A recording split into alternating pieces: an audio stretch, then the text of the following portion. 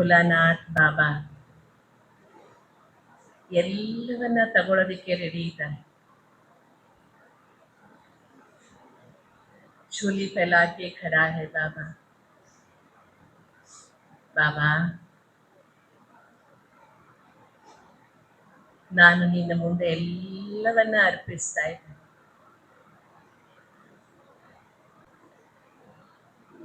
ನಿಧಾನವಾಗಿ ಒಳಮುಖವಾಗಿ ಯೋಚನೆ ಮಾಡ್ತಾ,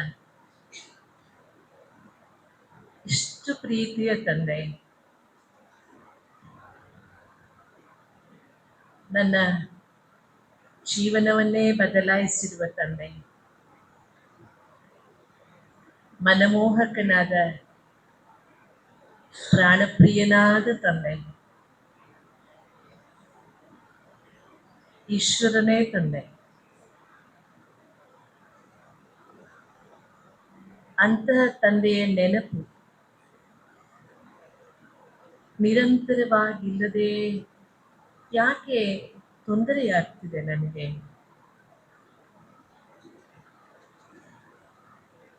ಜ್ಞಾನದ ಕನ್ನಡಿಯಲ್ಲಿ ನಮ್ಮ ಅಂತರಂಗವನ್ನ ಪರಿಶೀಲಿಸೋಣ. ನಿಧಾನವಾಗಿ ಸ್ಪಷ್ಟವಾಗಿ ನಮ್ಮನ್ನು ಪರಿಶೀಲಿಸಿಕೊಂಡ ಮೇಲೆ ಪ್ರೀತಿಯ ಬಾಬನಿಗೆ ಧನ್ಯವಾದ ಹೇಳೋಣ. ಶುಕ್ರಿಯಾ ಬಾಬಾ, ಶುಕ್ರಿಯಾ.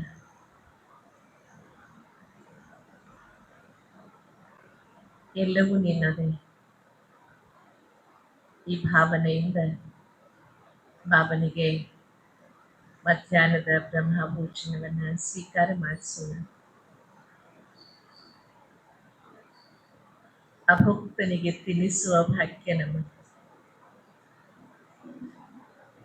ಅಶರೀರಿಯೊಂದಿಗೆ ಮಾತನಾಡುವ ಭಾಗ್ಯ ನಮ್ಮದು. ಅವ್ಯಕ್ತನನ್ನ ನೋಡಿ ಆನಂದಿಸುವ ಭಾಗ್ಯ ನಮ್ಮದು.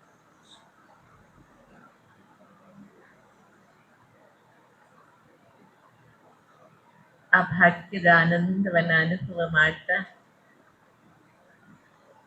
ತೇರಾ ತುझे ಸಮರ್ಪಣ್, ಎಲ್ಲವೂ ನಿನ್ನದೇ, ನಿನಗೆ ಅರ್ಪಣೆ ಮಾಡ್ತಿದ್ದೀವಿ ಅನ್ನುವ ಭಾವನೆಯಿಂದ ಬಾಬನಿಗೆ ನೈವೇದ್ಯ ಸ್ವೀಕಾರ ಮಾಡಿಸು.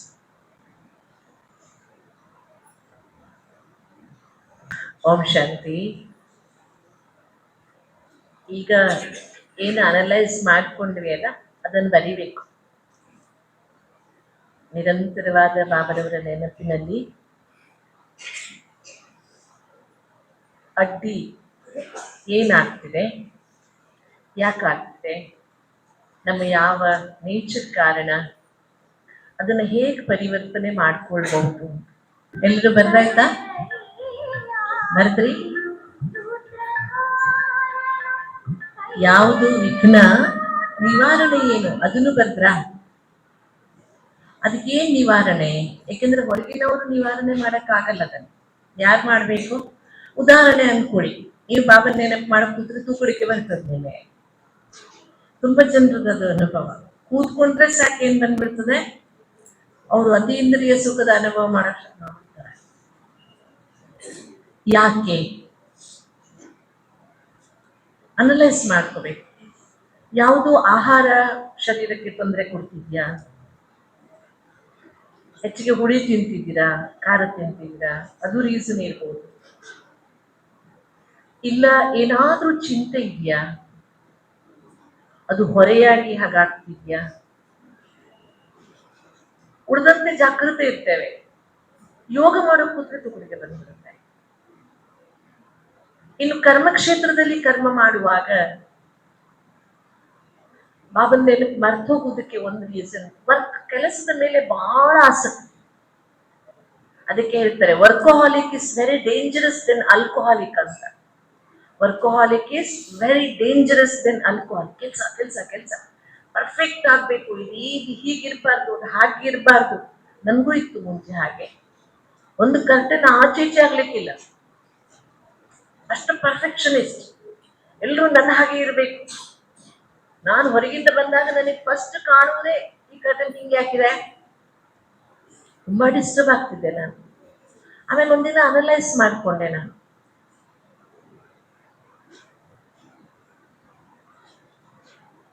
ಸಮವಿಲ್ಲ ಸೃಷ್ಟಿಯಲ್ಲಿ ನರನಂತೆ ನರನಿಲ್ಲ. 5 ಬೆರಳು ಒಂದೇ ರೀತಿ ಇದ್ರೆ ಉಣ್ಣಕ್ಕೂ ಬರ್ತಿರ್ಲಿಲ್ಲ. ಅದಕ್ಕೆ except the truth as it is. ತುಂಬಾ ಇಂಪಾರ್ಟೆಂಟ್ ಈ ಮಾತು. Accept the truth as it is. ಹೇಗಿದೆಯೋ ಹಾಗೆ ಸ್ವೀಕಾರ ಮಾಡಿ ಅದನ್ನು ಬದಲಾಯಿಸ್ಕೊಳ್ಳಿ. ಇನ್ನೊಂದು ಹೇಳ್ತೇನೆ, ನನಗೆ ತುಂಬಾ ಕಿರಿಕಿರಿ ಆಗ್ತಿದ್ದು ಇನ್ನೊಂದು, ನಾನು ಯೋಗ ಮಾಡ್ತಾ ಕೂತಿರ್ತೇನೆ. ನಾನು ಸಾಮಾನ್ಯ ಮುರುಳಿಗೆ ಓದ್ಬೇಕು ಅಂದ್ರೆ ನಾನು ಬೇಗ ಪೀಠದ ಮೇಲೆ ಕೂತ್ಕೊಳ್ತೇನೆ. ಕೆಲವರಿಗೆ ಕ್ಲಾಸಲ್ಲಿ ಬಂದು ಕುರ್ಚಿ ಎಳ್ಕೊಂಡು ಕೂತ್ಕೊಳ್ಳೋ ಅಭ್ಯಾಸ. ಕುರ್ಚಿ ಇದ್ದಲ್ಲೇ ಕೂತ್ಕೊಳ್ಳಲ್ಲ ಅವರು, ಒಂಚೂರಾದ್ರೂ ಎಳಿತಾರ ಅದನ್ನ, ಅವ್ರ ಅಭ್ಯಾಸ. ಎಷ್ಟೋ ಸಲ ಹೇಳಿದೆ ನಾನು, ಹಂಗೆ ಬರ ಮಾಡಬೇಡಿ. ನಾರ್ತಲ್ಲೆಲ್ಲ ಹಾಸ್ಬಿಟ್ಟಿರ್ತಾರೆ ಇಡೀ ಹಾಲ್ಗೆ, ಅದಕ್ಕೆ ಕುರ್ಚಿ ಸದ್ದಾಗುದಿಲ್ಲ. ನಮ್ಮಲ್ಲಿ ಹಾಸಕ್ಕಾಗಲ್ಲ, ಮಳೆ ಸಿಕ್ಕಾಪಟ್ಟೆ, 6 ತಿಂಗಳ ಮಳೆ ಹಾಸಿದ್ರೆ ದಿನ ಅದನ್ನು ಯಾರು ತೊಳೆಯುವುದು ಯಾರು? ಎಷ್ಟು ಸಲ ಹೇಳಿದೆ ನನಗೆ. ಆಮೇಲೆ ಏನಾಗಕ್ಕೆ ಶುರುವಾಯ್ತು ಅಂದ್ರೆ, ಈಗ ಇವ್ರು ಬರ್ತಾರೆ, ಕುರ್ಚಿ ಎಳಿತಾರೆ. ಅರ್ಥ ಆಯ್ತಾ ನಿಮಗೆ? ನನಗೆ ಯೋಗ ಮಾಡಕ್ ಕೂತಿರ್ತೇನೆ, ಚಂದ ಯೋಗ ಮಾಡ್ತಿರ್ತೇನೆ, ಮತ್ತೆ ಥಾಟ್ ಬಂದ್ಬಿಡೋದು, ಈಗ ಇವ್ರು ಬರ್ತಾರೆ ನೋಡಿ ಕುರ್ಚಿ ಎಳಿತಾರೆ ಅಂತ. ಆಗ ನಾನು ಬಾಬನಿಗೆ ಹೇಳಿದೆ, ನಾನ್ ಬಾಬನ ಹತ್ರ ಮಾತಾಡಕ್ ಕೂತ್ಕೊಂಡು ಈ ಮನುಷ್ಯ ನಂಗೆ ನೆನಪಾಗ್ತಾನೆ ಅಂದ್ರೆ ತಪ್ಪು ನಂದು, ಆ ಮನುಷ್ಯನಲ್ಲ. ಆಮೇಲೆ ನನಗೆ ಕನ್ವಿನ್ಸ್ ಮಾಡ್ಕೊಂಡೆ, ಬಾಬಾ ನೀನ್ ಹೇಳಿದ್ರೆ ಬದಲಾಗ್ದಿರೋ ನಾನ್ ಹೇಳಿದ್ರೆ ಬದಲಾಗ್ತಾನ? ಅವನ್ ಬದಲಾಗುವಾಗ ಬದಲಾಗ್ಲಿ ಬಿಡ್ಲಿ, ನಾನ್ ಡಿಸ್ಟರ್ಬ್ ಆಗಲ್ಲ. ಯಾವತ್ತು ನಾನು ಒಳಗಿನಿಂದ ಗಟ್ಟಿ ಮಾಡ್ಕೊಂಡೆ, ನಿಶ್ಚಿಂತೆಯಾಗಿ ಅವ್ನು ಬರ್ಲಿ, ನನಗೆ ಡಿಸ್ಟರ್ಬ್ ಆಗೋದು ಕಡಿಮೆ. 1-2 ದಿನ ಬೇಕಾಯ್ತು, ಇಲ್ಲ ಅಂದ್ರೆ ಅದು ಅವ್ರು ಬರ್ತಾರೆ, ಈಗ ಕುರ್ಚಿ ಎಳಿತಾರೆ ಅಂತ ನನಗೆ ಮೊದಲೇ ಭಯ. ನಿಧಾನಕ್ಕೆ ನನ್ನನ್ನು ನಾನು ಚೇಂಜ್ ಮಾಡ್ಕೊಂಡೆ. ವಂಡರ್ ನೋಡಿ, ನಾನು ಯಾವಾಗ ಚೇಂಜ್ ಮಾಡ್ಕೊಂಡೆ, ಅವ್ರ ಬಗ್ಗೆ ಯೋಚನೆ ಮಾಡೋದು ಬಿಟ್ಟೆ, ಅವ್ರು ಕುರ್ಚಿ ಎಳೆಯೋದು ನಿಲ್ಸಿದ್ರು. ನಿಲ್ಸಿದ್ರು. ನಾನು 10 ಕೊಟ್ಟಿದ್ರು ಅವ್ರು ಕುರ್ಚಿ ಎಳೆಯೋದು ಬಿಡ್ತಿರ್ಲಿಲ್ಲ. ಇದು ಬಾಬಾ ಶಾಂತಿಯ ಶಕ್ತಿ ಅಂತ ಇವತ್ತು ಏನ್ ಹೇಳಿದ್ರೆ, ಬೇರೆಯವ್ರ ಮೇಲೆ ಅಪ್ಲೈ ಮಾಡುವುದಲ್ಲ. ಎಲ್ಲಿ ಶುರುವಾಗ್ಬೇಕು?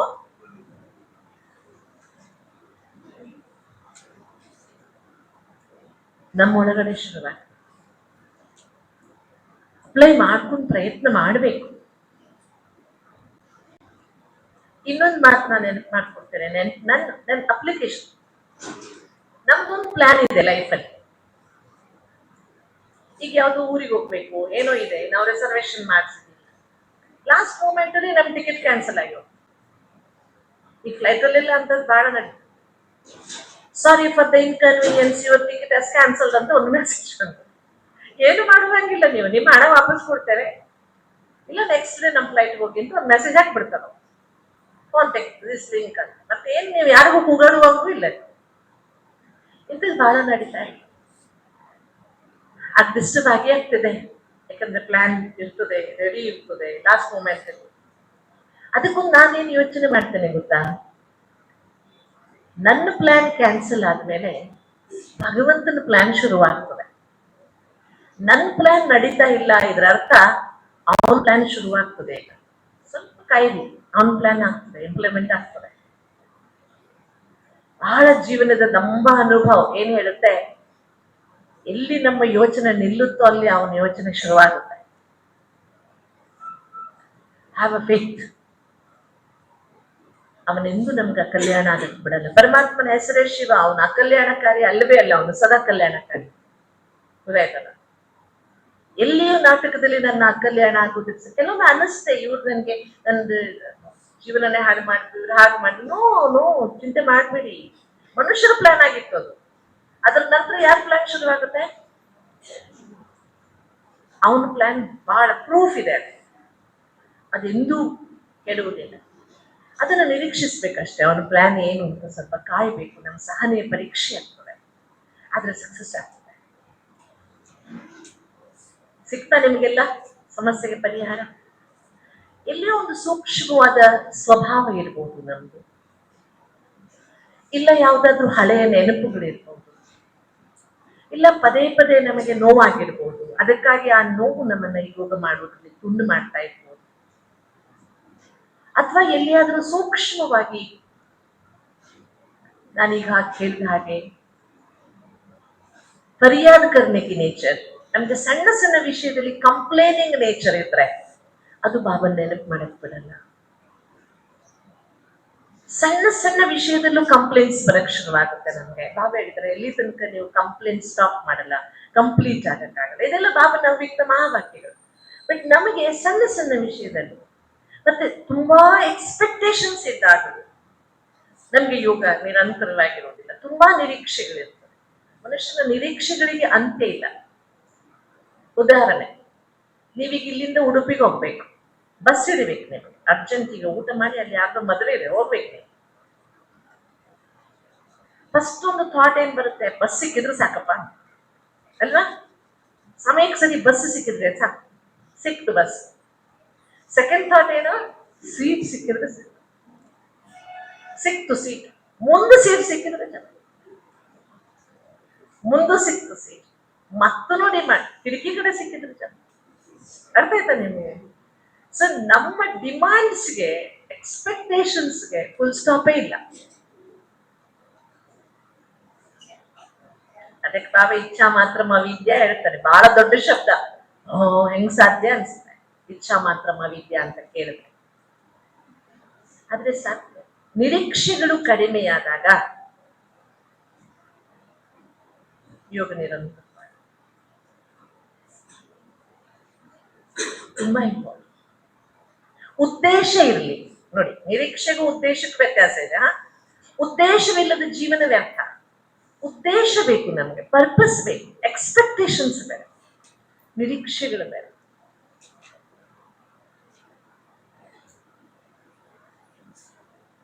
ಇವ್ರು ಎದುರಿಗೆ ಬಂದ್ರು, ಮೊದಲು ಅವ್ರು ನಗಬೇಕು, ಎಕ್ಸ್ಪೆಕ್ಟೇಷನ್. ಅವ್ರು ನಗ್ಲಿಲ್ಲ, ನೋಡ್ರಿ ಅವ್ರಿಗೆ ಎಷ್ಟು ಸೊಕ್ಕು, ಎಷ್ಟು ಉಪಕಾರ ಮಾಡಿದೆ ನಾನು, ಆದ್ರೂ ಒಂದು ನಗಲಿಲ್ಲ ಅವರು. ಅವ್ರಪ್ಪನ ಮನೆ ಗಂಟೆ ಏನ್ ಖರ್ಚಾಗ್ತಿತ್ತು ನಕ್ರೆ. ಅವ್ರು ನಗ್ಲಿಲ್ಲ, ನೀವು ನಕ್ ಬಿಡಿಯಲ್ಲ, ಏನ್ ಖರ್ಚಾಗೋದಿದೆ?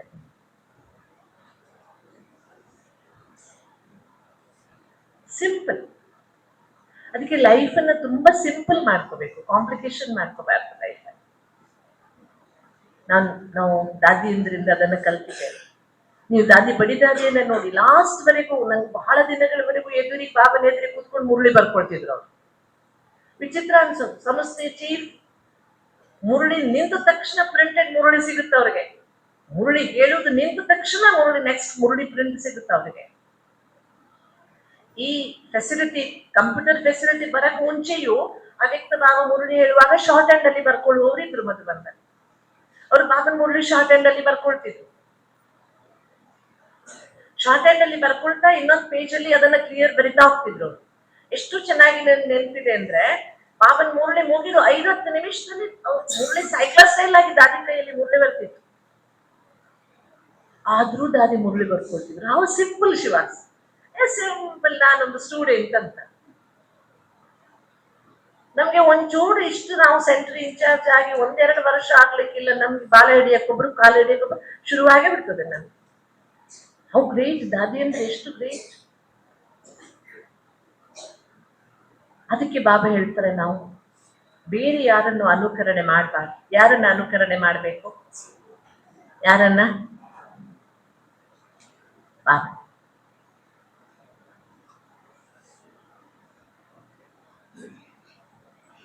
ಕೆಲವೊಮ್ಮೆ ಆನ್ಲೈನ್ ನಲ್ಲಿ ಏನೇನೋ ಕ್ಲಾಸ್ ಕೇಳ್ಕೊಂಡ್ಬಿಡ್ತಾರೆ. ಮತ್ತೇನು, ಒಂದ್ಸಲ ನಾನು ಎಲ್ಲೋ ಹೋಗಿದ್ದೆ, 15 ದಿನ ಬಿಟ್ಕೊಂಡು ಬಂದೆ. ನಮ್ ಬಾಬನ್ ರೂಮಲ್ಲಿ ಸಾಲಾಗಿ ಬಾಟ್ಲಿಗಳು, ನೀರಿನ ಬಾಟ್ಲಿ. ನಾ ಕೇಳಿದೆ, ಅಕ್ಕಂದ್ರೆ ಏನ್ ಕ್ರಮ ಇದು, ಬಾಬನ್ ರೂಮಲ್ಲಿ ಸಾಲಾಗಿ ನೀರಿನ ಬಾಟ್ಲಿ ಇಟ್ಟಿದ್ದೀರಿ? ಅಕ್ಕವ್ರೆ ನಾವಿಟ್ಟಿಲ್ಲ, ಮಾತೇರಿ ಇಟ್ಟಿದ್ದಾರೆ ಅಂತ. ಯಾಕೆ ಅಂದ್ರೆ ಚಾರ್ಜ್ ಆಗಕ್ಕೆ ಇಟ್ಟಿದಾರಂತೆ. ನೀರ್ ಚಾರ್ಜ್ ಆಗಕ್ಕೆ ಇಟ್ಟಿದಾರಂತೆ. ಯಾರೋ ಕ್ಲಾಸ್ ಮಾಡ್ಬಿಟ್ಟಿದಂತೆ, ನೀರ್ ಚಾರ್ಜ್ ಮಾಡಿ ಕುಡಿಬೇಕು ಅಂತ. ಅದಕ್ಕೆ ದಿನ ಒಂದು ಬಾಟ್ಲಿ ತಂದು ಇಡುವುದಂತೆ. ಅದು ಇಲ್ಲಿ ಇವ್ರು ಯೋಗ ಮಾಡಿ ಚಾರ್ಜ್ ಮಾಡುದಂತೆ. ಅರೇ, ನಿಮ್ಮ ನೀರು ನೀವು ಚಾರ್ಜ್ ಮಾಡಿ ಕುಡಿಬೇಕು, ಯಾರು ಚಾರ್ಜ್ ಮಾಡಿದ ನೀರು ನೀವು ಯಾಕೆ ಕುಡಿತೀರಿ? ಹೇಳಿದವರ ಉದ್ದೇಶ ಏನು? ನೀವು ಸ್ವೀಕರಿಸುವುದಕ್ಕೆ ಮುಂಚೆ ನೀರಿರ್ಲಿ, ಅನ್ನ ಇರ್ಲಿ, ಅದನ್ನ ಏನ್ ಮಾಡ್ರಿ, ನೀವು ಪವಿತ್ರ ದೃಷ್ಟಿ ಕೊಟ್ಟು ಆಮೇಲೆ ಊಟ ಮಾಡಿ ಅಂತ ತಗೊಂಡು ಬಾಬನ್ ರೂಮಲ್ಲಿ ನೀವು ಮಧುಬಂದಲ್ಲೂ ನೋಡ್ಬೋದು. ಅದನ್ನ ನೋಡಿದಿರ ಬಾಬನ್ ರೂಮಲ್ಲಿ?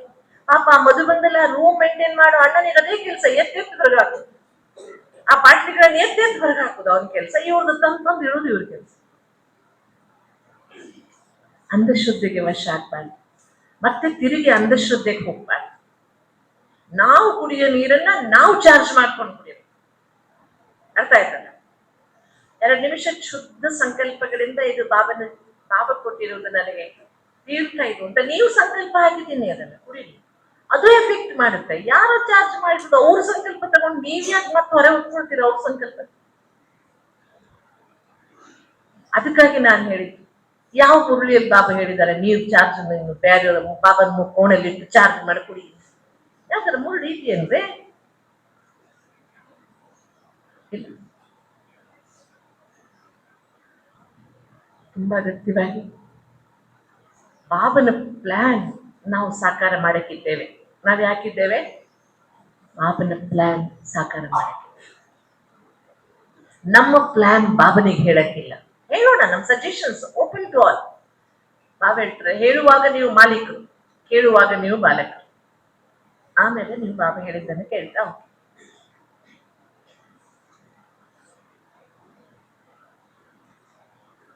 ಅದಕ್ಕೆ ತುಂಬಾ ಅಗತ್ಯವಾಗಿ ಒಂದು ಮಾತಿದೆ, ರವಿ ಕಾಣದ್ದನ್ನ ಕವಿ ಕಂಡ, ಕವಿ ಕಾಣದ್ದನ್ನ ಅನುಭವಿ ಕಂಡ ಅಂತ. ಯಾರು ಕಾಣ್ತಾರೆ? ನಾವು ಅನುಭವಿಗಳು. ಬಾಳೆಹಣ್ಣಿನ ಸಿಪ್ಪೆ ಮೇಲೆ ಕಾಲಿಟ್ರೆ ಜಾರ್ಕೊಂಡ್ಬಿಡ್ತಾರೆ ಅಂತ ಎಲ್ಲರಿಗೂ ಗೊತ್ತಿದೆ ನಾನು, ಗೊತ್ತಿದೆಯಾ ಇಲ್ವಾ? ಇಲ್ಲ, ನಾನೆಂದು ಜಾರ್ ಬಿದ್ದಿಲ್ಲ, ಬಿದ್ರೆ ಮಾತ್ರ ಒಪ್ತೀನಿ ಅಂತ ಯಾರಾದ್ರೂ ಹೇಳ್ತೀರಾ? ಇಟ್ಟು ನೋಡ್ಬಿಡ್ತೀನಿ ಕಾಲ್ನ ಅಂತ ಇಲ್ಲ. ಹಾಗೆ ಯೋಗ ನಿರಂತರತೆ ತುಂಡಾದ್ರೆ ಶಕ್ತಿ ಕಡಿಮೆ ಆಗ್ತದೆ. ಯೋಗದಲ್ಲಿ ನಿರಂತರತೆ ಹೊರಟು ಹೋದ್ರೆ ನಾನು ಒಳಗಿನಿಂದ, ನೀವು ನೋಡ್ರಿ, ಕರೆಂಟ್ ಹೋಗ್ತಾ ಬರ್ತಾ ಇದೆ, ನೀವು 2 ತಾಸು ಚಾರ್ಜಿಗೆ ಹಾಕಿದ್ರು ನಿಮ್ ಮೊಬೈಲ್ ಚಾರ್ಜ್ ಆಗೋದಿಲ್ಲ. ಯಾಕಂದ್ರೆ ನಿರಂತರತೆ ಇಲ್ಲ, ಕಂಟಿನ್ಯೂಟಿ ಇಲ್ಲ. ನಮ್ಮಲ್ಲೂ ನಿರಂತರತೆ ಇಲ್ಲದೆ ಇದ್ದಾಗ ನಮ್ಮ ಸ್ಥಿತಿ ಗಟ್ಟಿ ಆಗುದಿಲ್ಲ. ಸ್ಥಿತಿ ನಿಮ್ಮಂಗಿಲ್ಲ ಬಿಡ್ರಿ, ನಾನು ಮೊದಲಿನಿಂದ ಸ್ವಲ್ಪ ಸೂಕ್ಷ್ಮ ಅಂತ ಹೇಳ್ತೀವಿ ನಾವು. ಶಾರೀರಿಕವಾಗಿ ಸೂಕ್ಷ್ಮವಾಗಿರುವುದು ಬೇರೆ, ಮಾನಸಿಕವಾಗಿ ಗಟ್ಟಿಯಾಗಿರುವುದು ಬೇರೆ. ಅರ್ಥ ಆಯ್ತಲ್ಲ? ತೀರ್ಥ ಕೊಟ್ರೆ ಶೀತ, ಮಂಗಳಾರತಿ ಕೊಟ್ರೆ ಉಷ್ಣ, ಅಂತಹ ಮನಸ್ಥಿತಿ ಆಗ್ಬಾರ್ದು. ಆದ್ರಿಂದ ನಮ್ಮನ್ನ ನಾವು ಗಟ್ಟಿ ಮಾಡಿಕೊಳ್ಳುವುದಕ್ಕೆ ಅತೀ ಮುಖ್ಯವಾದದ್ದೇ ಯಾದ್, ಸಲಲಿತವಾದ ನೆನಪು, ನಿರಂತರವಾದ ನೆನಪು.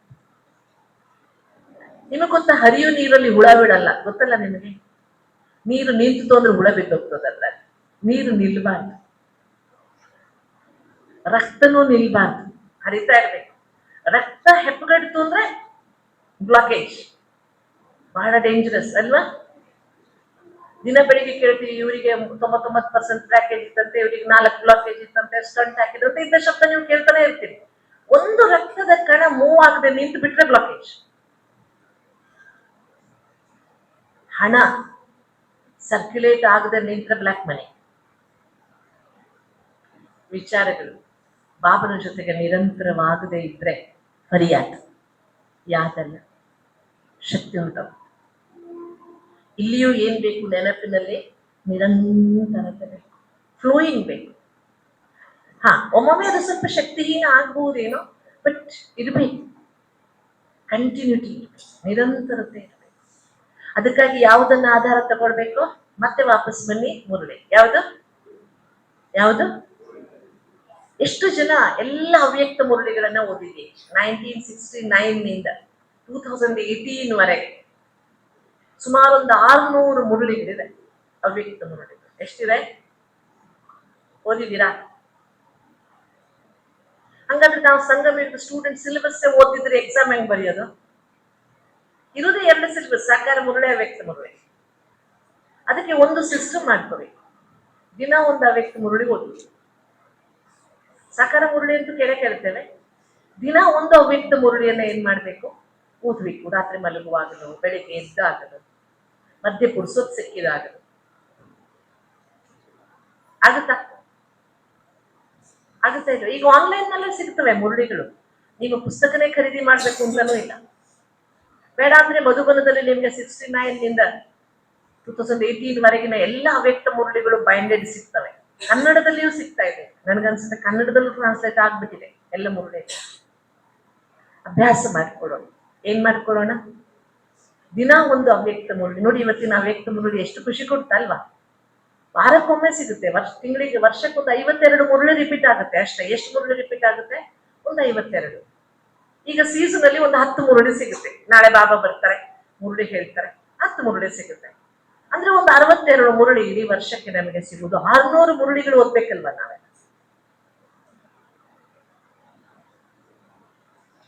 ಈಗ ಸರ್ಕಾರದವರೆಲ್ಲ ಒಂದು ಸಂವಿಧಾನ ಓದುವುದು ಅಂತ ಒಂದು ಶುರು ಮಾಡಿದ್ದಾರೆ. ಗೊತ್ತಾ ನಿಮಗೆ? ನಮ್ಮ ಭಾರತದ ಸಂವಿಧಾನ ನಮಗೆ ಗೊತ್ತಿಲ್ಲ. ಅದಕ್ಕೆ ಅವ್ರು ಏನ್ ಮಾಡ್ತಾರೆ, ಒಂದೊಂದು ಏರಿಯಾಕ್ಕೆ ಬಂದು ಸಂವಿಧಾನ ಓದುವ ಪ್ರೋಗ್ರಾಮ್ ಇಟ್ಕೊಳ್ತಾರೆ. ನಮ್ಮ ಸಂವಿಧಾನದಲ್ಲಿ ಏನಿದೆ ಅಂತ. ಅಲ್ಲೇ ಕೂಡ ಅರ್ಥ ಆಗಲ್ಲ, ಅದು ಬೇರೆ ವಿಷಯ. ಆದ್ರೆ ಓದ್ತಾ ಇದ್ದಾರೆ. ಈಶ್ವರನ ಸಂವಿಧಾನ ಅಂದ್ರೆ ಯಾವುದು? ಮುರುಳಿ. ಈಶ್ವರನ ಕಾನ್ಸ್ಟಿಟ್ಯೂಷನ್ ಆಫ್ ಗಾಡ್ಲಿ ಲೈಫ್ ಯಾವುದು? ಬಾಬನ ಮುರುಳಿ. ಈಶ್ವರಿಯ ಸಂವಿಧಾನ ಬಾಬನ ಮುರುಳಿ. ಅದನ್ನು ಓದ್ಬೇಕು, ಓದ್ಬೇಕು, ಓದ್ಬೇಕು. ಸುಮ್ಮನೆ ಟಿವಿ ನೋಡುವುದು, ಮೊಬೈಲ್ ನೋಡುವುದು. ಎಲ್ಲದಕ್ಕಿಂತ ದೊಡ್ಡ ಶಕುನಿ ಮಾಮ ಯಾವುದು? ಮೊಬೈಲ್. ನಿಮಗೆ ಗೊತ್ತಿದೆ, ಶಕುನಿ ತಾನು ಬದುಕಲಿಲ್ಲ, ಯಾರಿಗೂ ಬದುಕಕ್ ಬಿಡ್ಲಿಲ್ಲ. ನಾವು ಪಾಂಡವರಿಗೂ ಬದುಕಕ್ ಕೊಡ್ಲಿಲ್ಲ, ಕೌರವರಿಗೂ ಬದುಕಕ್ ಕೊಡ್ಲಿಲ್ಲ. ಎಲ್ಲರನ್ನ ಸರ್ವನಾಶ ಮಾಡೋದೇ ಅವನ ಉದ್ದೇಶವಾಗಿದೆ. ಈ ಮೊಬೈಲ್ದು ಅದೇ ಉದ್ದೇಶ. ಬಾಬಾ, ನಾನು ನಿಮ್ಗೊಂದು ಎಕ್ಸಾಂಪಲ್ ಹೇಳ್ತೇನೆ. ನನ್ನ ಹತ್ರ ಒಂದು ಮಗುನ್ ಕರ್ಕೊಂಬಂದ್ರು ಕೌನ್ಸಿಲಿಂಗಿಗೆ. ಮಗು 6 ವರ್ಷದ ಮಗು. ಆ ಮಗುವಿನ ಸಮಸ್ಯೆ ಏನು ಗೊತ್ತಾ? ಈ ಕೈ ಇದೆ ಅಲ್ಲ, ಬಲಗೈ, ಸ್ಟಾಪ್ಲೆಸ್, ಹಗಲು ರಾತ್ರಿ ನಿದ್ದೆಯಲ್ಲೂ ಈ ಕೈ ಇದೆ. ಹೀಗೆ ಮಾಡಿ ಮಾಡಿ ಇಲ್ಲಿದೆಯಲ್ಲ ಭುಜ, ಇಷ್ಟು ಸಣ್ಣಾಗಿದೆ ಆ ಮಗುವಿನ. ಬೆಂಗಳೂರು ಎಲ್ಲೆಲ್ಲ ತೋರಿಸಿದ್ದಾರೆ, ಮಣಿಪಾಲಿಗೆ ತೋರಿಸಿದ್ದಾರೆ, ಎಲ್ಲಿಯೂ ಅದಕ್ಕೆ ಪರಿಹಾರ ಇಲ್ಲ. ಯಾಕೆಂದ್ರೆ ಮೊಬೈಲ್ ಇಂದ, ರೇಡಿಯೇಷನ್ ಇಂದ ಎಫೆಕ್ಟ್ ಆಗಿದೆ ಮಗುವಿಗೆ. ಅದು ಸ್ಟ್ರೈಕ್ ಮಾಡ್ತಾರಲ್ಲ, ಆ ಸಣ್ಣ ಮಗುವಿಗೆ ಎಂತ ಕೌನ್ಸಿಲಿಂಗ್ ಮಾಡ್ತೀರಿ ಹೇಳಿ ನೋಡೋಣ? ಅದಕ್ಕೇನು ಅರ್ಥ ಆಗುತ್ತೆ? ಆದ್ರೂ ನಾವು ಬಾಬನ್ ಮಕ್ಕಳು ಯಾವತ್ತು ಹಿಮ್ಮತ್ನ ಹಾರನ ಕವಿ ಸಾಕಿ ಸ್ವಯಂ ಭಗವಾನ್ ಹೇ. ನಾನು ಆ ಪುಟ್ಟ ಮಗುವಿಗೆ ಫಸ್ಟ್ ಅಪ್ಪ ಅಮ್ಮನಿಗೆ ಬೈದೆ, ಇವತ್ತಿಂದ ನಿಮ್ಮನೇಲಿ ಆಂಡ್ರಾಯ್ಡ್ ಮೊಬೈಲ್ ಬಿಸಾಕಿ ಮೊದಲು ಇಟ್ಕೋಬೇಡಿ ಮನೆಯಲ್ಲಿ, ರೇಡಿಯೇಷನ್ ಕಡಿಮೆ ಆಗ್ತದೆ. ಸಣ್ಣ ಮೊಬೈಲ್ ಇಟ್ಕೊಳ್ಳಿ ಸಾಕು. ಎರಡನೇದು, ಆ ಮಗುವಿಗೆ ಎಡಗೈಲಿ ಬರೆಯುವುದನ್ನು ಕಲಿಸಿದ್ರು. ಬ್ರೈನ್ ಎಂಗೇಜ್ ಆದ್ರೆ, ಈ ಕೈಯಂತೂ ಉಪಯೋಗ ಆಗ್ತಿಲ್ಲ, ಇದು ಎಂಗೇಜ್ ಆದ್ರೆ ಸ್ವಲ್ಪ ಬ್ಯಾಲೆನ್ಸಿಂಗ್ ಮಾಡುತ್ತೆ ಬ್ರೈನ್. ಮೂರನೇ, ಆ ಮಗುವಿಗೆ ಒಂದು ದೀಪ ಕಲಿಸ್ತೇನೆ. ಸಣ್ಣ ಮಗು ಅಲ್ವಾ, ಯೋಗ ಮಾಡೋದು ಹೆಂಗ್ ಕಲಿಸ್ಬೇಕು? ಒಂದು ದೀಪ ಹಚ್ಚಿಟ್ಟು, ಪುಟ್ಟ ಈ ದೀಪ ನೋಡ್ತಿದ್ದೀನ, ದೇವರಿಗೆ ದೀಪ ಒಂದು ಬೆಳಕು, ನೀನ್ ದಿನಾ ಅವನಿಗೆ ನೆನಪು ಮಾಡಿ ಏನ್ ಹೇಳ್ಬೇಕು ಅಂತ ಕೇಳ್ತದೆ. ಏನ್ ಹೇಳೋದು? ಓಂ ನಮ ಶಿವಾಯ ಹೇಳು ಅಂತ ಹೇಳ್ಬೋದು. 2 ವರ್ಷ ಆಗಿದೆ ಈಗ 8 ವರ್ಷ ಮಗುವಿಗೆ. ಫುಲ್ ನಿಂತಿಲ್ಲ, ಇಷ್ಟ ಆಗ್ತಾ ಇದೆ. ಫಾಸ್ಟ್ ಆಗ್ತಿತ್ತಲ್ಲ, ಅದು ಕಡಿಮೆ ಆಗಿದೆ. ಈಗ ಡಾಕ್ಟರ್ಸ್ ಹೇಳ್ತಾ ಇದ್ದಾರೆ ಹೋಪ್ ಇದೆ, ಇನ್ನೊಂದು ವರ್ಷಕ್ಕೆ ಬದಲಾಗ್ತದೆ ಮಗುವಿನ ಕೈ, ಸ್ಟ್ರೆಂಥನ್ ಆಗ್ತದೆ. ಇಷ್ಟು ಸಣ್ಣ ಮಗು. ಅಪ್ಪ ಅಮ್ಮ ಕೋರ್ಸ್ ಮಾಡಿದ್ರು. ಅಪ್ಪ ಅಮ್ಮನಿಗೆ ಕೋರ್ಸ್ ಮಾಡಕ್ ಹೇಳಿದೆ, ನೀವು ಮೆಡಿಟೇಷನ್ ಮಾಡಿ ಅಂತ ಹೇಳಿದೆ. ಅಪ್ಪ ಅಮ್ಮ ಮೆಡಿಟೇಷನ್ ಮಾಡ್ತಾ ಇದ್ದಾರೆ. ಆ ಮಗುವಿಗೆ ಏನಿಲ್ಲ, ದೀಪ ನೋಡ್ತಾ ಕೂತ್ಕೊಂಡು. ನೋಡಿ ಮಕ್ಕಳಲ್ಲಿ ಎಷ್ಟು ಕ್ಯೂರಿಯಾಸಿಟಿ. ಅಕ್ಕಾರೆ ಶಿವ ಅಂದ್ರೆ ಯಾರು ಅಂತ ಕೇಳುತ್ತಾರೆ. ಓಂ ನಮ ಶಿವಾಯ ಹೇಳು ಅಂದ್ರೆ ಸಣ್ಣ ಮಕ್ಕಳಿಗೆ ತುಂಬಾ ಆಸಕ್ತಿ. ಶಿವ ಅಂದ್ರೆ ಯಾರು? ನಾನು ಜ್ಯೋತಿರ್ಲಿಂಗ ತೋರಿಸಿ, ಜ್ಯೋತಿರ್ಬಿಂದು ಪರಮಾತ್ಮ ಹಿಂಗಿದನಾ, ಶಿವ ಹಿಂಗಿದನಾ, ನಾನು ನೆನಪು ಮಾಡ್ತೀನಿ. ಪಾಪ ಚಂದ ಮಾಡ್ತದೆ, ಆಗಾಗ ಬರ್ತದೆ, ಬಂದು ಹೇಳ್ತದೆ. ಒಂದಿನ ಬಂತು, ನಾನು ಓಂ ನಮ ಶಿವಾಯ ಹೇಳಿ ತುಂಬಾ ದೀಪ ನೋಡಿ ಕೂತ್ಕೊಳ್ತೇನೆ, ಆದ್ರೆ ನನ್ನ ಕೈ ಯಾವಾಗ ಕಡಿಮೆ ಆಗ್ಬೋದು? ನಾ ಹೇಳಿದೆ, ಕೈ ಕಡಿಮೆ ಆಗು ಚಿಂತೆ ಬಿಟ್ಬಿಡು, ನೀನ್ ಬರೀ ಪರಮಾತ್ಮನಿಗೆ ಹೇಳ್ತಾ ಹೋಗು, ನನ್ನ ಕೈ ಸರಿ ಆಗ್ತದೆ, ನನ್ನ ಕೈ ಸರಿ ಆಗ್ತದೆ, ನನ್ನ ಕೈ ಸರಿ ಆಗ್ತದೆ, ಇಷ್ಟೇ ಹೇಳು ನೀನು ಸಾಕು. ಹೌದಾ? ಮಕ್ಕಳಿಗೆ ತುಂಬಾ ವಿಶ್ವಾಸ, ನೀವು ಹೇಳಿದ್ನ ಕೇಳ್ತಾರೆ ಅವರು. ಹೇಳಿದ್ನಲ್ಲ, ಅದು ಹೇಳಿದ ಮೇಲೆ ಆ ಮಗುವಿನಲ್ಲಿ ಬದಲಾವಣೆ. ಸ್ಲೋ ಆಗಿದೆ. ಈಗ ಮೊನ್ನೆ ಬಂದಿತ್ತು, ನಾನು ಬಂದಿದ್ದೀನಿ ಅಂತ ಗೊತ್ತಾಗಿ ಬಂತು. ಅಕ್ಕ ಅವರೇ ಅಂತಾನೆ ಮಾತಾಡುತ್ತೆ ನನಗೆ. ಅಕ್ಕ ಅವರೇ, ನನ್ನ ಕೈ ಗುಣ ಆಗ್ತದೆ ಅಂತ ಹೇಳಿದ್ದಾರೆ ಡಾಕ್ಟರ್.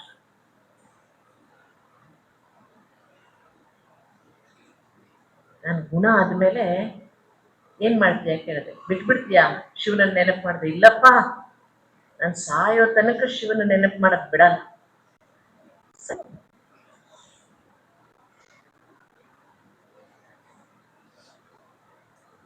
ಅನಿವಾರ್ಯವಾಗಿ ನಾನು ಯಾಕೆ ಈ ಉದಾಹರಣೆ ಹೇಳ್ತೆ ಅಂದ್ರೆ, ಒಂದು ಮಗುವಿನಲ್ಲಿ ಬದಲಾವಣೆ ಬರುತ್ತೆ.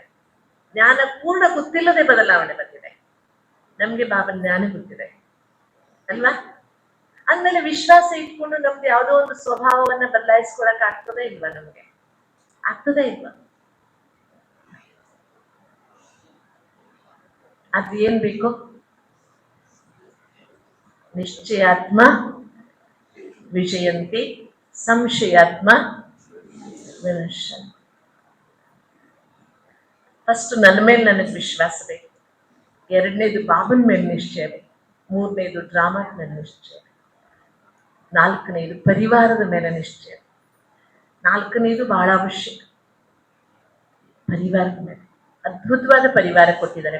ನೀವೊಂದು ವಿಚಾರ ಮಾಡಿ, ನೀವು ಇಲ್ಲಿಂದ ಮುಂಬೈಗೆ ಹೋಗಿದ್ದೀರಾ, ಅಲ್ಲಿ ಯಾರು ಪರಿಚಯದವರಿಲ್ಲ ನಿಮಗೆ.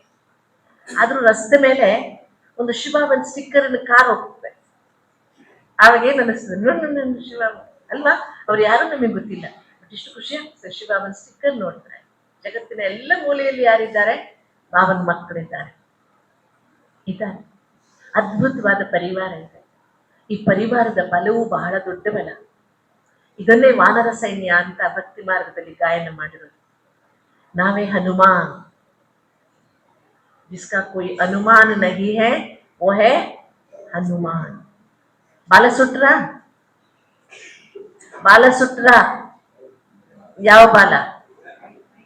ಯಾವ ಬಾಲ ಸುಡಕ್ಕೆ ನೆನ್ನೆಯಿಂದ ವಿಚಾರ ಮಾಡ್ತಿದ್ದೀನಿ. ಮೇ ಮೇ ಮೇ ಮೇ ಮೇ ಮೇ ಮೇ.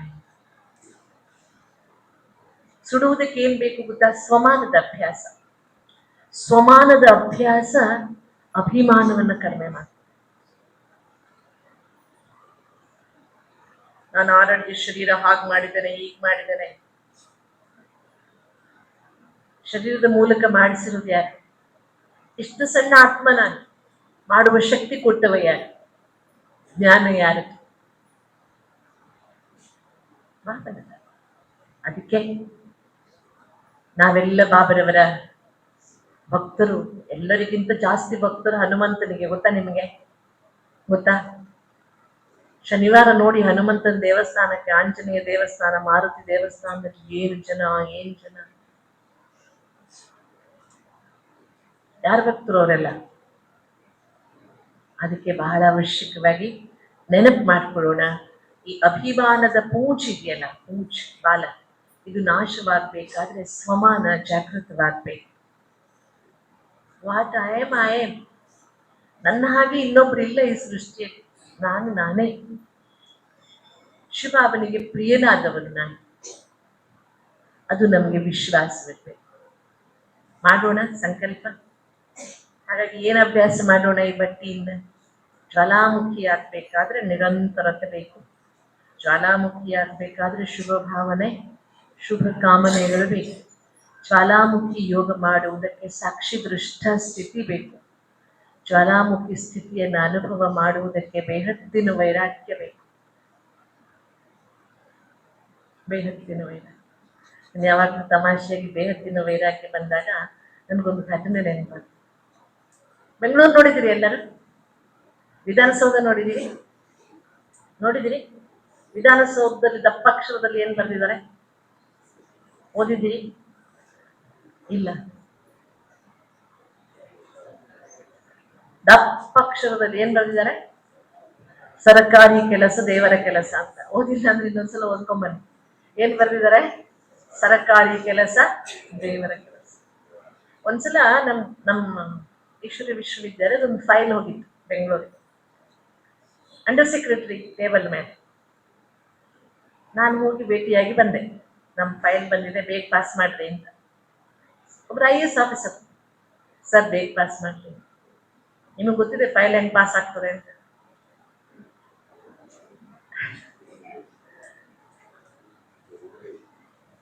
ಮೂರು ತಿಂಗಳಾದ್ರೂ ನಮ್ಮ ಫೈಲ್ ಪಾಸ್ ಆಗ್ಲೇ ಇಲ್ಲ. ಆಸೆ ಆಗಿ ಟೇಬಲಿಂದ ಆಚೆ ಟೇಬಲ್ಗೆ ಹೋಗ್ಲಿಲ್ಲ. ಮತ್ತೆ ಹೋದೆ ನಾನು, ಸರ್ ಇಂಪಾರ್ಟೆಂಟ್ ಇತ್ರಿ, 3 ತಿಂಗಳಾಯ್ತು, ಹೊರಗೆ ನೋಡಿದ್ರೆ ಇಷ್ಟು ದಪ್ಪ ಅಕ್ಷರದಲ್ಲಿ ಬರ್ಕೊಂಡಿದ್ದೀರಿ ಸರ್ಕಾರಿ ಕೆಲಸ ದೇವರ ಕೆಲಸ ಅಂತ, ಇಲ್ಲಿ ನೋಡಿದ್ರೆ ಕೆಲಸವೇ ಆಗಲ್ವಲ್ರಿ ಸರ್ ಅಂದೆ. ಆ ಸಾರ್ ಏನ್ ಹೇಳ್ಬೇಕು ಗೊತ್ತಾ, ಎಸ್ ಮೇಡಮ್, ಸರ್ಕಾರಿ ಕೆಲಸ ದೇವರ ಕೆಲಸ, ಅವನೇ ಮಾಡ್ಕೊಳ್ಳಿ ಅಂತ ನಾವ್ ಯಾರು ಮಾಡಲ್ಲ.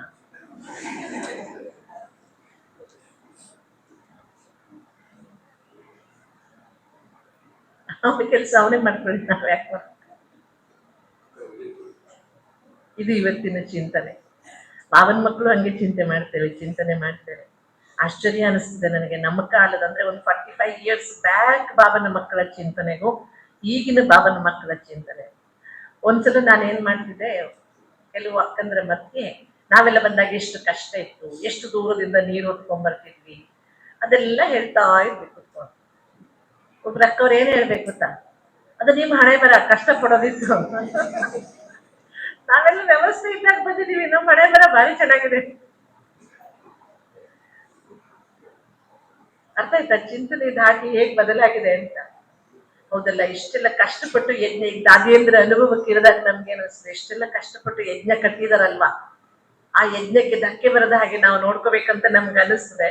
ಇವ್ರು ನೋಡಿದ್ರೆ ವಿಪರೀತ ಚಿಂತನೆ. ಅಲ್ಲ, ನೀವೆಲ್ಲ ಹಾಗೆ ಮಾಡಲ್ಲ ಬಿಡಿ, ಭಾರಿ ಬುದ್ಧಿವಂತ ಆತ್ಮಗಳು, ಸೂಕ್ಷ್ಮ ಮಧ್ಯ ಆತ್ಮಗಳು, ಪುರುಷಾರ್ಥಿ ಆತ್ಮಗಳು. ಅದಕ್ಕೆ ತುಂಬಾ ಇಂಪಾರ್ಟೆಂಟ್. ಲಾಸ್ಟ್ ಅಲ್ಲಿ ನಾನು ಹೇಳುವುದು ಏನು ಅಂದ್ರೆ, ನಮ್ಮ ಸ್ಥಿತಿ ಚೆನ್ನಾಗಿರ್ಬೇಕಾದ್ರೆ ಬಾಬಾ ಹೇಗೆ ಹೇಳಿದಾರೋ ಹಾಗೆ ಅರ್ಥ ಮಾಡ್ಕೋಬೇಕದನ್ನ. ನಮ್ಮ ಮನಸ್ಸಿಗೆ ತಕ್ಕದ ಹಾಗೆ ಇಂಟರ್ಪ್ರಿಟೇಷನ್ ಮಾಡ್ಕೋಬಾರ್ದು, ಅದನ್ನ ಮನಸ್ಸಿಗೆ ಬಂದಂತೆ ಭಾಷಾಂತರ ಮಾಡ್ಕೋಬಾರ್ದು. ಬಾಬಾ ಹೇಗೆ ಹೇಳಿದಾರೋ ಅದೇ ದೃಷ್ಟಿಯಲ್ಲಿ, ಜೈಸೆ ಬಾಬಾನೆ ಕಹಾ ವೈಸೆ ಸಮಜ್ನಾ, ಅದು ಒಂದು ಭಾಗ್ಯ. ಆ ಭಾಗ್ಯ ಎಲ್ಲರಿಗೂ ಸಿಗೋದಿಲ್ಲ. ಭಗವಂತನ ಮಾತನ್ನ ತಪ್ಪು ಅರ್ಥ ಮಾಡ್ಕೊಂಡಿದ್ದಕ್ಕೆ ಮಹಾಭಾರತವಾಯಿತು, ತಪ್ಪು ಅರ್ಥ ಮಾಡ್ಕೊಂಡಿದ್ದಕ್ಕೆ ಭಗವಂತನಿಂದ ದೂರ ಹೋದ್ವಿ, ತಮೋ ಪ್ರಧಾನರಾದ್ವಿ. ಈಗ ಭಗವಂತನ ಮಾತನ್ನ ಮತ್ತೆ ತಪ್ಪು ಅರ್ಥ ಮಾಡ್ಕೊಂಡು ದಾರಿ ತಪ್ಪಬಾರ್ದು, ಸರಿಯಾಗಿ ಅರ್ಥ ಮಾಡ್ಕೋಬೇಕು. ಅದಕ್ಕೆ ದಿನಾ ಕ್ಲಾಸಿಗೆ ಬರ್ಬೇಕು. ಎಷ್ಟೊತ್ತು ಬರ್ಬೇಕು? ನಾವೆಲ್ಲ ಬಂದಾಗ ದಿನ 2 ಹೊತ್ತು ಕ್ಲಾಸಿಗೆ ಬರ್ಬೇಕಾಗಿತ್ತು, ಅಟೆಂಡೆನ್ಸ್ ಆಗ್ತಿದ್ರು. 2 ಹೊತ್ತು ಅಟೆಂಡೆನ್ಸ್ ಆಗ್ತಿದ್ರು. 1 ಅಟೆಂಡೆನ್ಸ್ ಅಂದಿದ್ರೆ ಅವ್ರಿಗೆ ಏನು ಸಿಗ್ತಾನೆ ಇರ್ಲಿಲ್ಲ. 2 ಅಟೆಂಡೆನ್ಸ್ ಇದ್ದವ್ರಿಗೆ ಬಹುಮಾನ ಕೊಡ್ತಿದ್ರು ಸೆಂಟರ್ನ. ಈಗ ನಾವು ಆನ್ಲೈನ್ ನಲ್ಲೇ ಅಟೆಂಡೆನ್ಸ್ ಹಾಕ್ತೇವೆ. ಈಗ ಆನ್ಲೈನ್ ನಲ್ಲೇ ಮದುವೆ ಆಗ್ತಾರೆ ಪಾಪ, ಅಲ್ವಾ? ಎಷ್ಟೊಂದು ಮದುವೆಗಳು ಆನ್ಲೈನ್ ನಲ್ಲಿ ಆಗ್ತದೆ. ಲಾಸ್ಟ್ ಸಂಗಮ ಯುಗದ ಬಹಳ ದೊಡ್ಡ ಸಂಪತ್ತು ಖುಷಿ. ಯಾವ್ದು ಹೇಳಿ? ಸಂಗಮ ಯುಗದ ಬಹಳ ದೊಡ್ಡ ಸಂಪತ್ತು ಯಾವುದು? ಖುಷಿ. ಖುಷಿಯಾಗಿರೋಣ ಬಾಬನ ಮುರುಳಿಗಳ ಆಧಾರ. ಓಕೆನಾ? ಓಂ ಶಾಂತಿ. ಎಲ್ಲ ಖುಷಿಯಾಗಿದ್ದೀರು ತಾನೆ? ಏನು ಸಮಸ್ಯೆಗಳಿಲ್ಲ ತಾನೆ? ಇದ್ರು ಎಲ್ಲ ಕೊಟ್ಬಿಟ್ರಲ್ವಾ? ಯಾರಿಗೆ ಕೊಟ್ರ? ಮತ್ತೆ ಕೊಟ್ಟು ತಗೊಂಡ್ಬಿಟ್ರ ವಾಪಸ್ಸು? ಸಣ್ಣ ಮಕ್ಕಳಿಗೆ ಕೊಟ್ಟು ತಗೊಳ್ಳೋ ಅಭ್ಯಾಸ ಇರ್ತದೆ, ನೀವು ಹಾಗೆ ಮಾಡ್ಬೇಕು. ಓಕೆನಾ? ಓಂ ಶಾಂತಿ. 2 ದಿನ ನಿಮ್ಮ ಜೊತೆಗೆ, ಇನ್ನು ಸಂಜೆ ಹೊತ್ತಿದ್ದೇನೆ. ಜ್ಞಾನದ ಚಿಂತನೆ ಮಾಡುವುದಕ್ಕೆ ಬಹಳ ಖುಷಿ ಆಗ್ತದೆ. ಬಾಬಾ ಕಲಿಸ್ಕೊಟ್ಟಿದ್ದನ್ನ ಪ್ರೀತಿಯಿಂದ ಹಂಚಿಕೊಳ್ಳೋದಕ್ಕೆ ಸಂತೋಷವಾಗ್ತದೆ. ಅದರಿಂದ ನಿಮಗೆ ಒಂದು ಕ್ಷಣ ಖುಷಿ ಸಿಕ್ಕಿದ್ರೆ ಅದೇ ರಿವಾರ್ಡ್, ಮತ್ತೇನು ಬೇಕಿಲ್ಲ ಅಲ್ವಾ?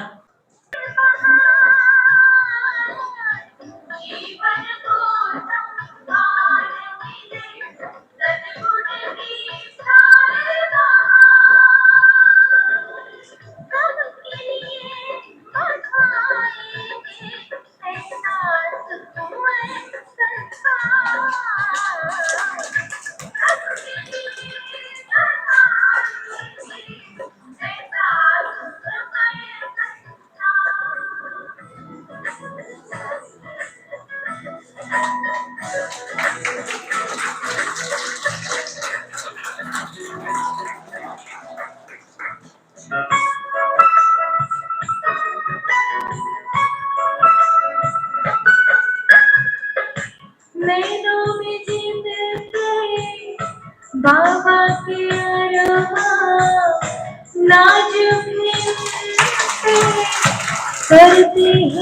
भगवान, प्यारी प्यारी बहने बाबा के घेरे, इन रत्नों का ये क्या कहने। ये पांच तत्व भी गा रहे हैं उनके गुणगान, हर दिल की दुआएं लुटा रहे सम्मान ही सम्मान। नीलों में जिंदगी बाबा के अरमान, नाजुक पे करते हैं भगवान, प्यारी प्यारी बहने बाबा के लिए आए वतन से पधारे हैं यहाँ, ये रंग अनोखे बिखरे बिखरे देखो सारा जहां।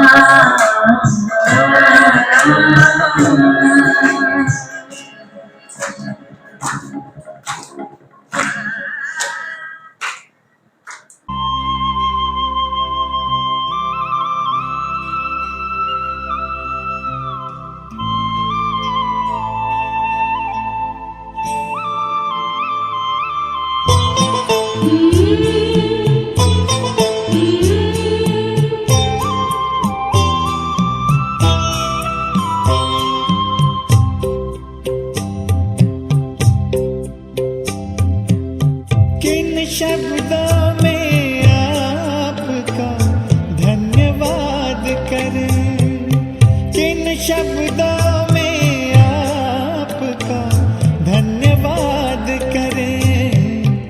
दिन रात की ये सेवा हम याद करें, दिन रात की ये सेवा हम याद करें। किन शब्दों में आपका धन्यवाद करें, दिन रात की ये सेवा हम याद करें। किन शब्दों में आपका धन्यवाद करें।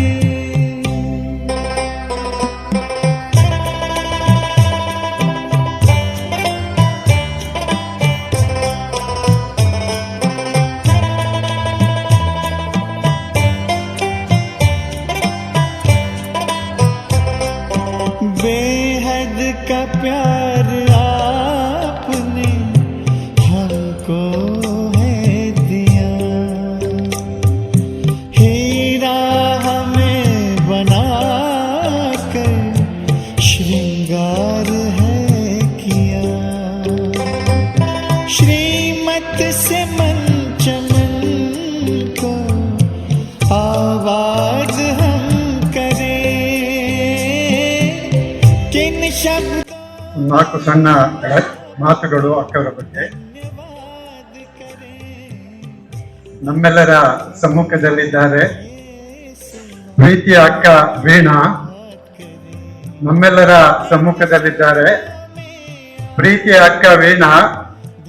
ಈಶ್ವರಿಯ ಜ್ಞಾನದ ಜೊತೆ ಜೊತೆಗೆ ಅವರಿಗೆ ಭಗವದ್ಗೀತೆ ಅಂದರೆ ಪಂಚಪ್ರಾಣ. ಈಶ್ವರಿಯ ಜ್ಞಾನದ ಜೊತೆ ಜೊತೆಗೆ ಅವರಿಗೆ ಭಗವದ್ಗೀತೆ ಎಂದರೆ ಪಂಚಪ್ರಾಣ. ಅವರ ಮುಖಾರವಿಂದದಿಂದ ಹೊರಡುವುದು ಕೇವಲ ಶಬ್ದವಲ್ಲ, ಅದು ಅತ್ಯಂತ ಹರಿತವಾದ ಜ್ಞಾನದ ಬಾಣ. ಅವರ ಮುಖಾರವಿಂದದಿಂದ ಹೊರಡುವುದು ಕೇವಲ ಶಬ್ದವಲ್ಲ, ಅದು ಅತ್ಯಂತ ಹರಿತವಾದ ಜ್ಞಾನದ ಬಾಣ. ಶಕ್ತಿಹೀನ ಜೀವಗಳಿಗೆ ಕೊಡುತ್ತಾರವರು ಆಧ್ಯಾತ್ಮಿಕ ಪ್ರಾಣ. ಶಕ್ತಿಹೀನ ಆತ್ಮಗಳಿಗೆ ಕೊಡುತ್ತಾರವರು ಆಧ್ಯಾತ್ಮಿಕ ಪ್ರಾಣ.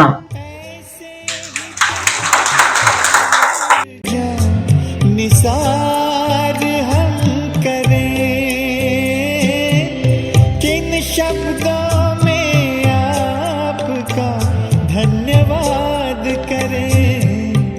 दिन रात की ये सेवा हम याद करें, किन शब्दों में आपका धन्यवाद करें।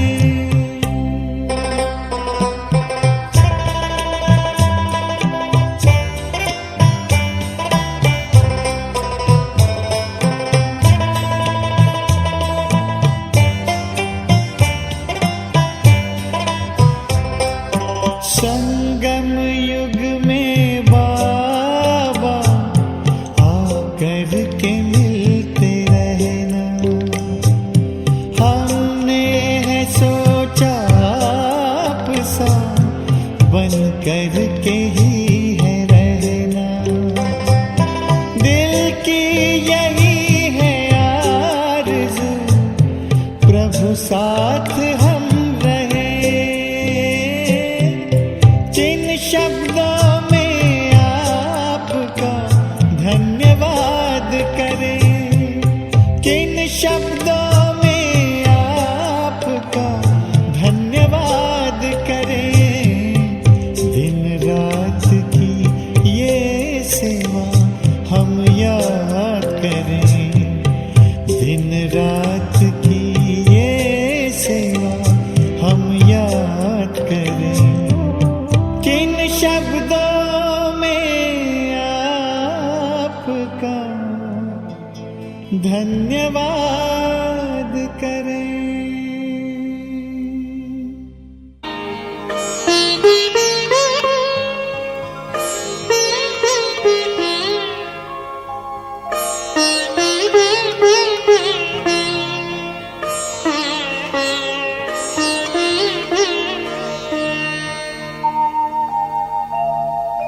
खुश हो के गा रहा है अब ये जहान सारा, खुश हो के गा रहा है अब ये जहान सारा। अपना परम पिता शिव, अपना परम पिता शिव, कितना है प्यारा प्यारा। खुश हो के गा रहा है अब ये जहान सारा, खुश हो के गा रहा है अब ये जहान सारा।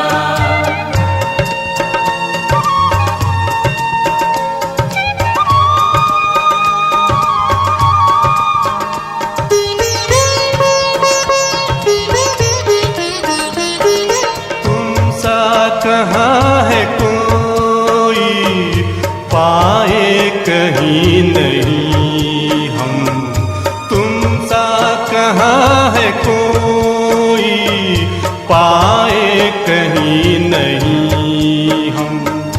माया के तोड़ बंधन मन के मिटा दे जो गम, माया के तोड़ बंधन मन के मिटा दे जो गम।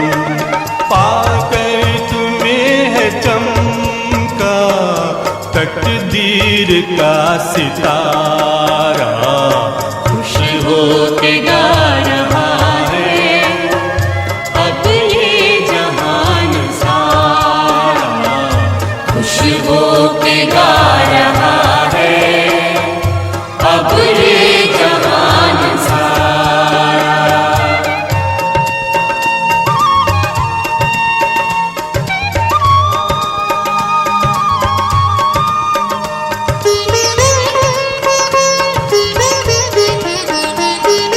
यह दिव्य ज्योति बिंदु है रूप कितना सुंदर, यह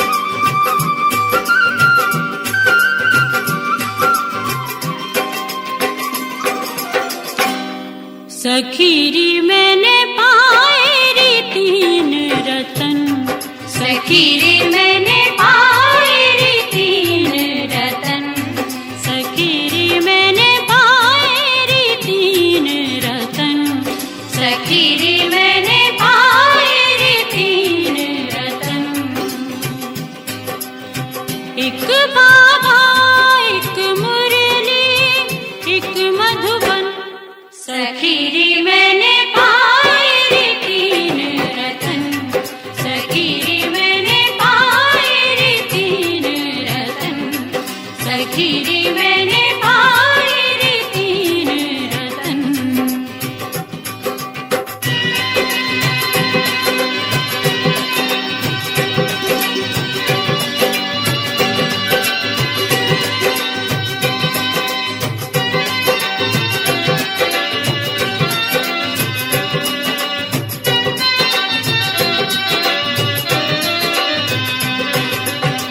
बाबा को नित याद करूं बाबा को नित याद करूं उनकी मुरली रोज सुनूं उनकी मुरली रोज सुनूं मधुबन में मैं कलछिन ढोलूं मधुबन में मैं कलछिन ढोलूं होके मन में मगन सखी रे मैंने पाए रे तीन रतन सखी रे मैंने पाए रे तीन रतन सखी रे मैंने पाए रे तीन रतन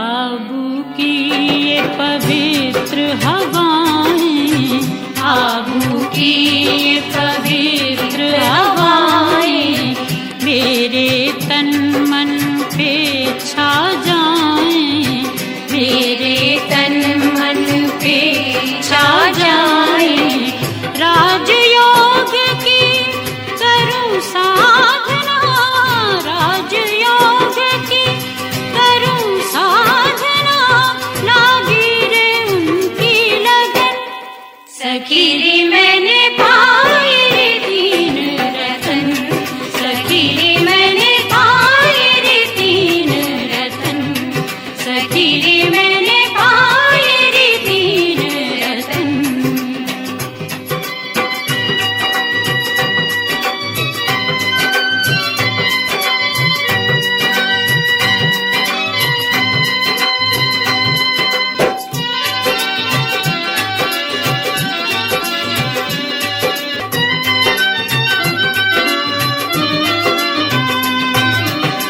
शिव की शक्ति बाबा की वाणी शिव की शक्ति बाबा की वाणी संगम युग कितना कल्याणी संगम युग कितना कल्याणी लागी लगन कभी ना छूटे लागी लगन कभी ना छूटे कर लो लाख जतन सखी रे मैंने पाए रे तीन रतन सखी रे मैंने पाए रे तीन रतन सखी रे मैंने पाए रे तीन रतन एक बाबा एक मुरली एक मधुबन सखी रे मैंने पाए रे तीन रतन सखी रे मैंने पाए रे तीन रतन सखी रे मैंने पाए रे तीन रतन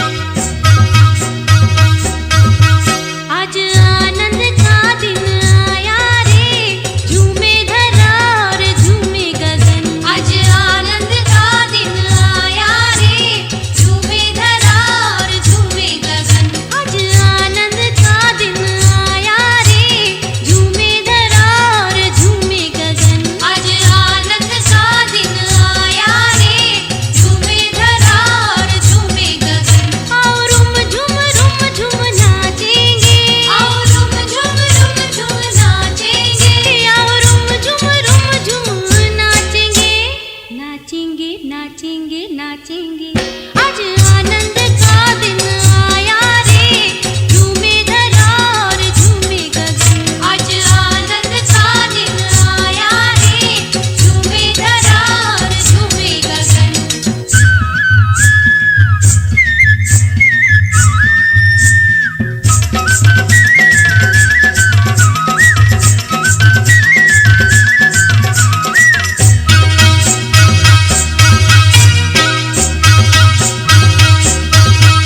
आज अंबर से अमृत बरसाए रे अंबर से अमृत बरसाए रे आज नमो मंग नव तरंग छाए रे हो रंग छाए रे आज हिलमिल के संग संग गाएंगे आज हिलमिल के संग संग गाएंगे आज हिलमिल के संग संग गाएंगे गाएंगे गाएंगे गाएंगे आज आनंद का दिन आया रे झूमे धरा और झूमे गगन आज आनंद का दिन आया रे झूमे धरा और झूमे गगन आज आनंद का दिन आया रे झूमे धरा और झूमे गगन आज आनंद का दिन आया रे